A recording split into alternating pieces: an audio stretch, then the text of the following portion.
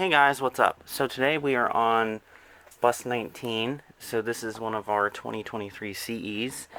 It replaced a 2002 CE 300 that we bought used. So I had seen a comment on a video requesting to see bus 19.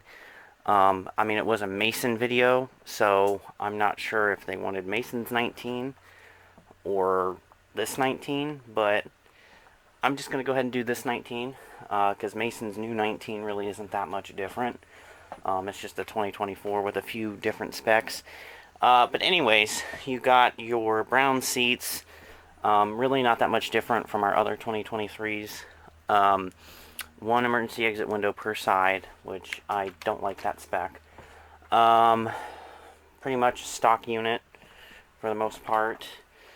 Yeah, we got the driver's overhead storage area, the switch panel, gauge cluster, steering wheel, parking brake shifter, all that stuff. There's a rule sheet, first aid, body fluid cleanup kit. There's your bus number. Steps. Oh shit. There's your CE emblem. One emergency exit window, like I said. Got the rubber guard around the rear wheel well. There's our new stop decal. And 19 has had one of its taillights replaced, so that kind of sticks out.